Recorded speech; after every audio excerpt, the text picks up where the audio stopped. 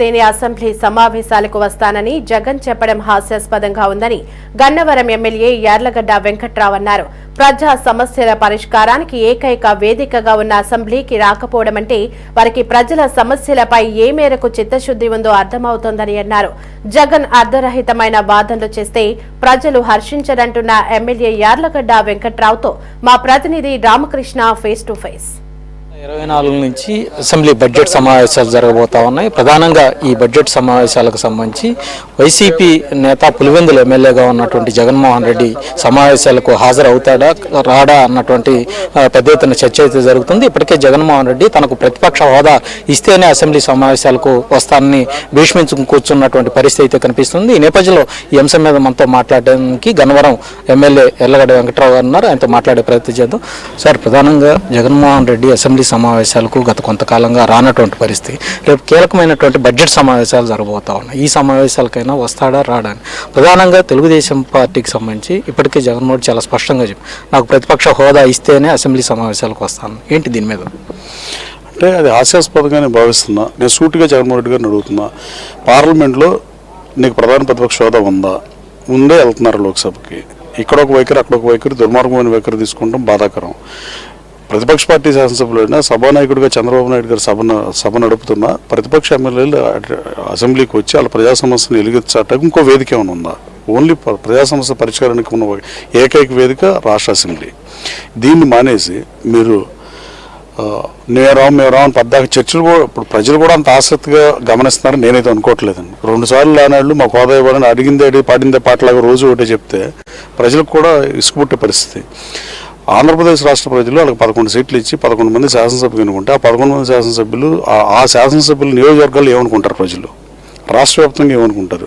ప్రజా సమస్యల పరిష్కారాన్ని గాలికి వదిలి ప్రెస్ మీట్లు పెట్టుకుంటారంటే 164 మంది ఓడిపోయిన వాళ్ళు ప్రెస్ మీట్లు పెడుతున్న తప్ప వాళ్ళు చేయలేని పరిస్థితి. రాజకీయాల్లో గెలిపోవడంలో సహజం, కానీ గెలిచిన వాళ్ళు శాసనసభ రావాల్సిన అవసరం ముమ్మాటికే ఉంది. పార్లమెంట్లో ఒక వైఖరి, అసెంబ్లీలో ఒక వైఖరి దుర్మార్గం. అలాగే రేపు రాబోయే ఎన్నికల్లో మేనిఫెస్టోలో వైఎస్ఆర్ కాంగ్రెస్ పార్టీ జగన్మోహన్ గారు పెట్టే దమ్ము ధైర్యం ఆ పార్టీకి ఉందా అనేది ఒకసారి మీడియా సోదరుల ద్వారా మీరు పొద్దున వెళ్ళినప్పుడు మీరు అడగండి. వచ్చే ఎన్నికలు కూడా మాకు ప్రధాన ప్రతిపక్ష హోదా ఇస్తేనే 23 సీట్ల పైన 18 సీట్లు పైన ఇస్తే 18 సీట్లు 10% ఇస్తేనే 18 సీట్లు వస్తేనే నేను వస్తా, లేకపోతే మేము రానని ఎన్నికలకు వెళ్ళే ధైర్యం వైసీపీకి ఉందా అని అడుగుతున్నాం మీ ద్వారా. అలాగే జగన్మోహన్ గారు ప్రతిసారి అర్జీలు తీసుకుంటాం, వాటిని ఏం చేస్తున్నాడో సమాధానం చెప్పాల్సిన అవసరం ఉంది. ఆయన సొంత నిధులతో, సాక్షి నిధులతో కానీ సొంత కంపెనీ నిధులతో కానీ ఆ ప్రజా సమస్యల పరిష్కారానికి ఆయన పనిచేస్తున్నారా, లేదా అతను ప్రభుత్వానికి పంపుతారా? అసెంబ్లీకి రారు, కనీసం అర్జీలన్నా కన్సర్న్ మినిస్టర్స్కి పంపిస్తారా? ఈయన శాసనసభని అవమానిస్తున్నాడు, మంత్రుల్ని గుర్తించట్లేదు, ముఖ్యమంత్రి గారిని చూసి భయపడుతున్నాడు లేకపోతే సభకు రావడానికి. దీనికి బిహైండ్ లాజిక్ ఏంటనేది జగన్మోహన్ గారు చెప్పాలి. అర్ధరహితమైన వాదనలు చేయటం, ప్రజలు మనకి ఏ పాత్రతో ఆ పాత్ర పోషించాలి తప్ప మనకి రాని పాత్ర గురించి, మన కాని దాని గురించి అలా ఆపాదించుకోవటం సభ్య సమాజం హర్షించదనే విషయాన్ని మాజీ ముఖ్యమంత్రి గారు గుర్తుపెట్టుకుంటే మంచిదని మీ ద్వారా తెలియజేస్తారు. ప్రతిపక్ష హోదా ఇవ్వాలి, దాంతోపాటు సభానాయకుడికి ఎంతైతే మాట్లాడే సమయం ఇస్తారు నాకు కూడా అదే సమయం ఇవ్వాలి. లేదంటే ఒకవేళ ఆ హోదా కనుక ఇవ్వకపోతే నేను ఇంటి దగ్గర నుంచి ప్రజల కోసం మీడియా ముందుకు వచ్చి మాట్లాడతాను అన్నటువంటి అభిప్రాయాన్ని రోజు మాట్లాడచ్చు, కానీ సెషన్స్ ఏముంది, రోజు 365 రోజులు మాట్లాడవచ్చు, దానికి ఏమైనా రిస్ట్రిక్షన్ ఏముంది మీడియాతో మాట్లాడటానికి?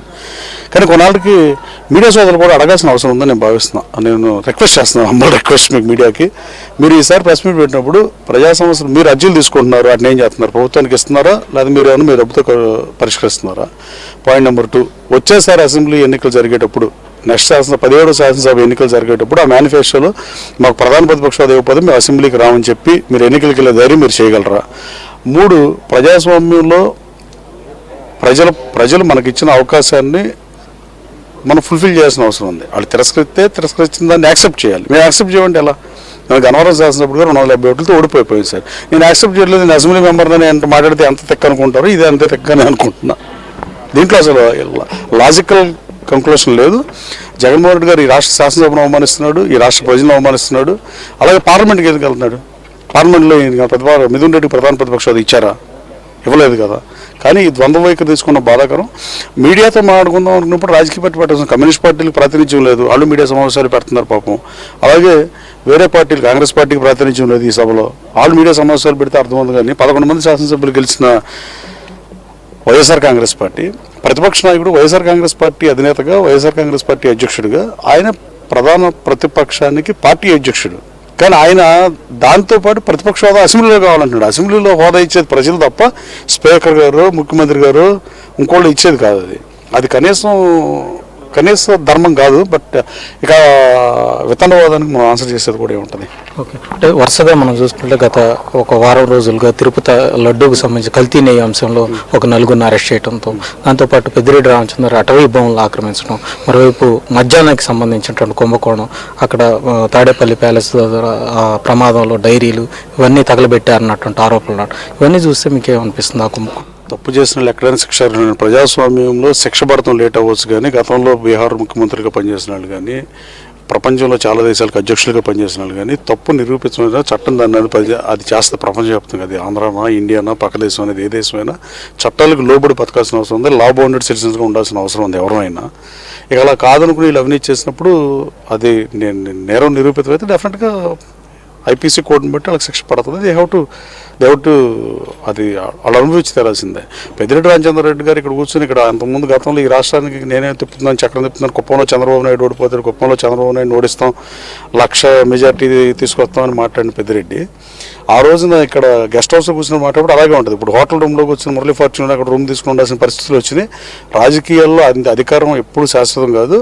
అలాగే పెద్దిరెడ్డి రామచంద్రరెడ్డి గారు కుప్పంలో చంద్రబాబు నాయుడిని ఓడిస్తానని చెప్పాడు. అలా ఆ రోజున ఏం చెప్పాడంటే ఆశ్చర్యప్రదమైన విషయం, భరత్ని మంత్రిని చేస్తాం, చంద్రబాబు నాయుడిని ఓడించమని. కుప్పం ప్రజలు అమాయకుల వాళ్ళకి ముఖ్యమంత్రి వస్తుంటే మంత్రి తీసుకుంటాకి, అలా మంత్రి ఇవ్వటానికి భరత్ను కూడా మోసం చేశారని నేను భావిస్తున్నా.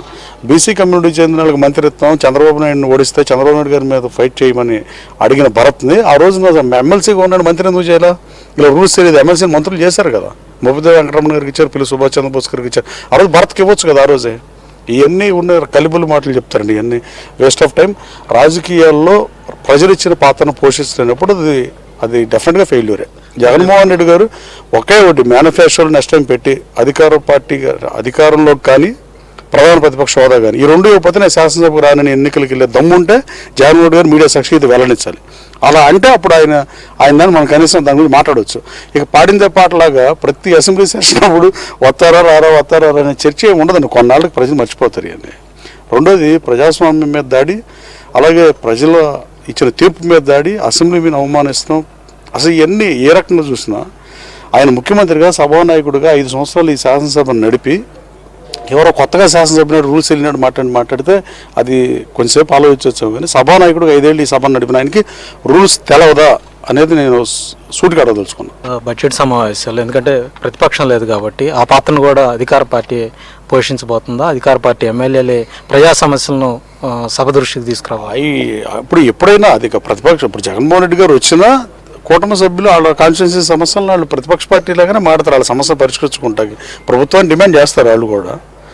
దాంట్లో ఇదే ఉంది. వాళ్ళు రాని పాకిస్తాన్ మేము పోషిస్తామంటే వాళ్ళు రాకపోవటం వల్ల ఆ టైం మాకు వస్తుందన్న మీరు అనేది అది ఆయన్ని అడగాల్సిన క్వశ్చన్ అనుకుంటున్నాను నేను. సార్ 22-23 ఈ అవగాహన సమావేశాలు జరుగుతుంది, ఏ విధంగా ఎమ్మెల్యేలకు ఉపయోగపడతాయి? డెఫినెట్గా it will be more useful for all the MLAs who came first time to the assembly, who are elected recently, and these people, there is no, some of the people అందరికీ constitution చదివి అలాగే assembly rule books చదివి rule positions తెలుసుకోవాల్సిన అవసరం ఉంది.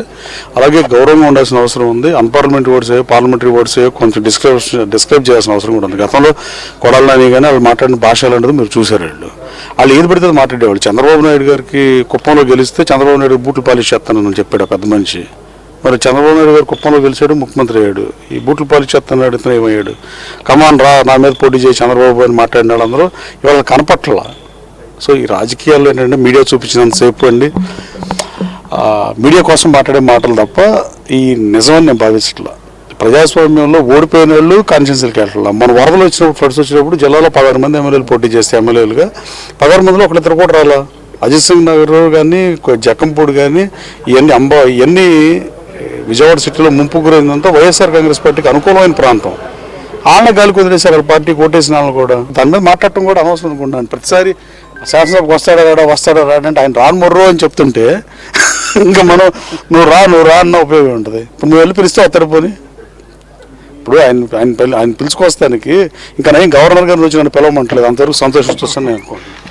ఇది మొత్తానికి చూసుకున్నట్లయితే రేపు 24 నుంచి జరగబోతున్నటువంటి బడ్జెట్ సమావేశాలకు జగన్మోహన్ రెడ్డి హాజరవుతారా లేదా అన్న దాని మీద యార్లగడ్డ వెంకట్రావు గారు స్పందించారు. ప్రజల కోసం ప్రజా సమస్యలు ప్రభుత్వం దృష్టికి తీసుకురావడం కోసం ఎవరైనా సభకు వచ్చి మాట్లాడాలి, కానీ అలా కాకుండా జగన్మోహన్ రెడ్డి ఇంట్లో నుంచే మీడియాతో మాట్లాడుతూ ఉంటే అది ఏమాత్రం కూడా సరైనది కాదన్నటువంటి అభిప్రాయాన్ని యార్లగడ్డ వెంకట్రావు వ్యక్తం చేస్తా ఉన్నారు. అలాగే రేపు 22, 23 జరగబోతున్నటువంటి ఎమ్మెల్యేల అవగాహన సమావేశాల ద్వారా ఎమ్మెల్యేలకు ఈ సభలో ఏ విధంగా వ్యవహరించాలి, దానికి సంబంధించినటువంటి పూర్తి స్థాయిలో అవగాహన వచ్చేందుకు అవకాశం ఉంటుందన్నటువంటి అభిప్రాయాన్ని అయితే ఆయన వ్యక్తం చేస్తూ ఉన్నారు. వీడియో జర్నలిస్టు రంగాతో రామకృష్ణ, సిటీ 24x7 అమరావతి.